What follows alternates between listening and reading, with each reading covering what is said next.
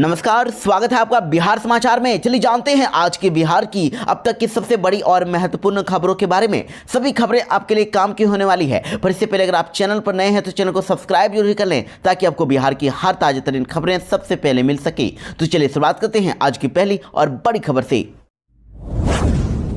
मुख्यमंत्री नीतीश कुमार बिहार में फिर से कर सकते हैं बड़ा खेला।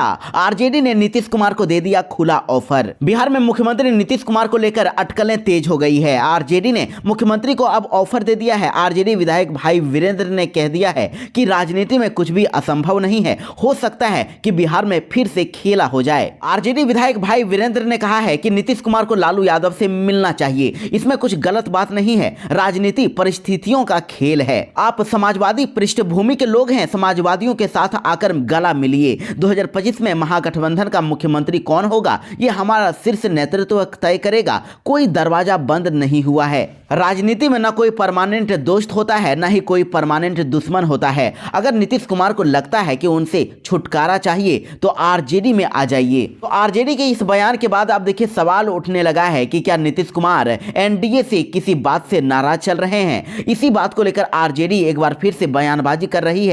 लालू यादव के करीबी नेता भाई वीरेंद्र ने मुख्यमंत्री नीतीश कुमार को खुला ऑफर दे दिया है। यानी कि इन सियासी अटकलों के बीच अब लग रहा है कि बिहार में क्या फिर से बड़ा खेला होने वाला है। देखिए आपको बता दें कि साल 2023 की बात है, दिसंबर का महीना और बिहार की सियासत हुई थी। हर किसी को याद है कि जब नीतीश कुमार की खामोशी ने बड़ा खेल कर दिया था। देखते ही देखते आरजेडी से दूरियां इतनी बढ़ गई कि इन्होंने एनडीए के साथ जाने का फैसला कर लिया। और जब तेजस्वी यादव ने कहा था कि हमारे चाचा को बीजेपी ने हाईजैक कर लिया है, तो तेजस्वी ने यह भी कह दिया था कि नीतीश कुमार ने उनसे इस बारे में बात तक नहीं की थी। और मुख्यमंत्री नीतीश कुमार अभी बीजेपी के साथ है, एनडीए में है, और नीतीश कुमार भी अभी मौन दिखाई दे रहे हैं। तो इससे अब सियासी हलचलें तेज हो गई है। क्या फिर से मुख्यमंत्री नीतीश कुमार खेला करने वाले हैं? क्या वो फिर से पलटी मारेंगे? अब ऐसी संभावनाएं अब लगाई जा रही है। आरजेडी ने भी अब खुला ऑफर दे दिया है। कपकपाती ठंड के बीच अब बिहार के कई जिलों में आज होगी भारी बारिश। वज्रपात को लेकर भी जारी किया गया अलर्ट। बिहार में मौसम का मिजाज बदलने वाला है। मौसम विभाग केंद्र पटना के मुताबिक बिहार में आज 6 जिलों में कभी भी बारिश हो सकती है। बारिश और वज्रपात और साथ ही मेघ गर्जन की संभावना जताई गई है। तो बिहार के जिन 6 जिलों में आज बारिश की संभावना है वे जिले हैं भभुआ, रोहतास, बक्सर, भोजपुर, औरंगाबाद और अरवल। इन जिलों में अगले 48 घंटे के दौरान ठंड में भी इजाफा देखने को मिलेगा। और साथ ही मौसम विभाग का यह भी कहना है कि बिहार के बक्सर, भोजपुर, रोहतास, भभुआ, औरंगाबाद और अरवल के अलावा पटना, गया, नालंदा, शेखपुरा, नवादा, बेगूसराय, लखीसराय, जहानाबाद, भागलपुर, बांका, जमुई, मुंगेर और खगड़िया में भी छिटपुट बारिश की संभावना है। इन इलाकों में बादल छाए रहेंगे और इस दौरान दिन में ठंडक रहेगी और रात में तापमान में बढ़ोतरी दर्ज की जाएगी, यानी कि थोड़ी सी राहत मिलेगी। वहीं आपको यह भी बता दें कि बिहार में मौसम विभाग का कहना है कि अभी पहाड़ों पर बर्फबारी हो रही है और इसी बीच एक ताजा पश्चिमी विक्षोभ निचले स्तरों पर पश्चिमी हवाओं में एक ट्रफ के रूप में चल रहा है, जिसके कारण ही आज और कल अरब सागर के साथ ही बंगाल की खाड़ी में भारी नमी आएगी। इसके चलते ही बिहार के कई जिलों में बारिश की संभावना जताई गई है। अभ्यर्थियों के प्रदर्शन के बीच बीपीएससी ने किया बड़ा ऐलान। कहा कि किसी भी हाल में रद्द नहीं होगी परीक्षा। बिहार लोक सेवा आयोग यानी बीपीएससी की 17वीं संयुक्त परीक्षा में धांधली का आरोप लगाकर अभ्यर्थी जहां पूरी परीक्षा को रद्द करने की मांग कर रहे हैं, वहीं आयोग ने भी अब इस मुद्दे पर आमने सामने अब जवाब दे दिया है। बीपीएससी के परीक्षा नियंत्रक राजेश कुमार सिंह ने मीडिया से बातचीत करते हुए कह दिया है कि आयोग किसी भी हाल में बीपीएससी की प्रारंभिक 17वीं संयुक्त परीक्षा को रद्द नहीं करने जा रहा है। इस दौरान उन्होंने पीटी के मेंस परीक्षा की तारीखों का भी ऐलान कर दिया। देखिए उन्होंने कहा है कि किसी भी हाल में यह परीक्षा रद्द नहीं होगी और 17वीं बीपीएससी की यह संयुक्त परीक्षा का मेंस एग्जाम अप्रैल में होगा। अभ्यर्थी धरना प्रदर्शन को छोड़कर मेंस की तैयारी में लग जाएं। पटना में खान सर और रहमान सर का हुआ विरोध। अभ्यर्थियों ने आंदोलन को हाईजैक करने का लगाया आरोप। रहमान सर हुए बेहोश तो खान सर उल्टे पांव लौट गए। जी हां, पटना से बड़ी खबर है जहां बीपीएससी अभ्यर्थियों के आंदोलन में शामिल होने आए खान सर और रहमान सर पर अभ्यर्थियों ने गंभीर आरोप लगाया। खान सर और रहमान सर का विरोध करते हुए अभ्यर्थियों ने आंदोलन को हाईजैक करने का उन पर आरोप लगाया। इसके बाद खान सर वहां से उल्टे पांव निकल आए। वहीं इधर रहमान सर बेहोश हो गए और छात्रों ने इन लोगों पर काफी गंभीर आरोप लगाया है। आंदोलन कर रहे छात्रों ने कहा कि हम लोग सभी शिक्षक का आदर करते हैं, जो लोग हमारे समर्थन में आते हैं उनका स्वागत करते हैं, लेकिन यदि कोई हमारे पास आकर राजनीति करेगा और हमारे आंदोलन को हाईजैक करने की कोशिश करेंगे तो ये उचित नहीं है।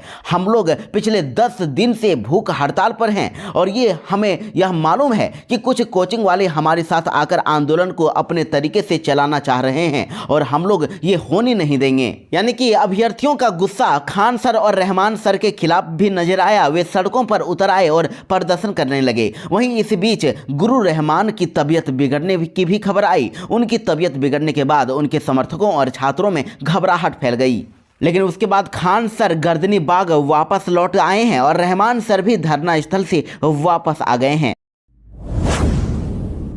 पूर्व प्रधानमंत्री मनमोहन सिंह के निधन के बाद बिहार सरकार ने 7 दिनों के लिए घोषित किया राजकीय शोक। केंद्र कैबिनेट में भी शोक प्रस्ताव पारित। जी हां, पूर्व प्रधानमंत्री मनमोहन सिंह का निधन हो गया। दिल्ली एम्स में उन्होंने अंतिम सांस ली। तो अब इसके बाद इनके निधन को लेकर बिहार सरकार की तरफ से 7 दिनों तक राजकीय शोक घोषित किया गया है। और दुखद संवेदना के इस क्षण में राज्य सरकार के द्वारा स्वर्गीय डॉक्टर मनमोहन सिंह के सम्मान में दिनांक 26/12/2024 से लेकर 1 जनवरी 2025 तक टोटल 7 दिनों का राजकीय शोक मनाने का निर्णय लिया गया है। वहीं दिवंगत पूर्व प्रधानमंत्री के सम्मान में राजकीय शोक की अवधि में राष्ट्रीय ध्वज उन सभी भवनों पर आधा झुका रहेगा जहां नियमित रूप से राष्ट्रीय ध्वज फहराया जाता है और इस अवधि में कोई भी राजकीय समारोह और साथ ही सरकारी मनोरंजन से संबंधित कार्यक्रम आयोजित नहीं होंगे।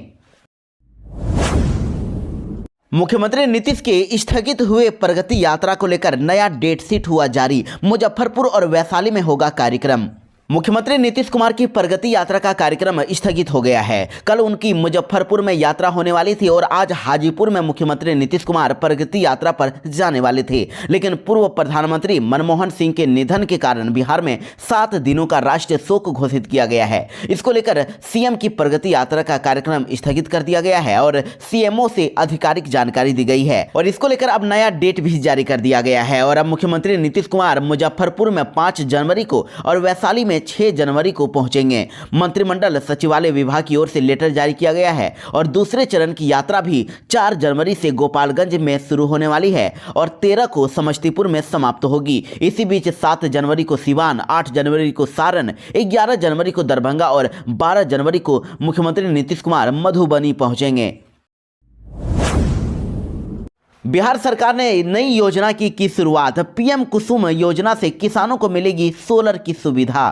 किसानों को बिजली के अभाव में अब परेशानी का सामना नहीं करना पड़ेगा। ऊर्जा विभाग की तरफ से एक नई योजना की शुरुआत की गई है जिसके तहत किसानों को सोलर दिया जाएगा। इस बारे में जानकारी देते हुए बिजली विभाग के कार्यपालक अभियंता आलोक अमृतांशु ने बताया है कि इस योजना का लाभ किसान ले सकते हैं और आवेदन करने के लिए लास्ट डेट 8 जनवरी तक निर्धारित किया गया है। वहीं इधर किसान पीएम कुसुम योजना के तहत अपनी जमीन पर सोलर सिस्टम लगा सकेंगे और सोलर पावर प्लांट के माध्यम से किसान कृषि कार्यों में सुगमता तो आएगी ही, साथ ही साथ उनकी आर्थिक स्थिति में भी सुधार आ जाएगी। इसलिए Bihar state power generation company limited के द्वारा कृषि मिश्रित फीडरों का सोलराइजेशन किया जा रहा है और इससे बिहार के किसानों को लाभ मिलेगा। 1 मेगावाट सोलर प्लांट लगाने के लिए 4 एकड़ जमीन की आवश्यकता पड़ेगी। अगर आपके पास भी इतनी जमीन है तो आप भी इसके लिए आवेदन कर सकते हैं।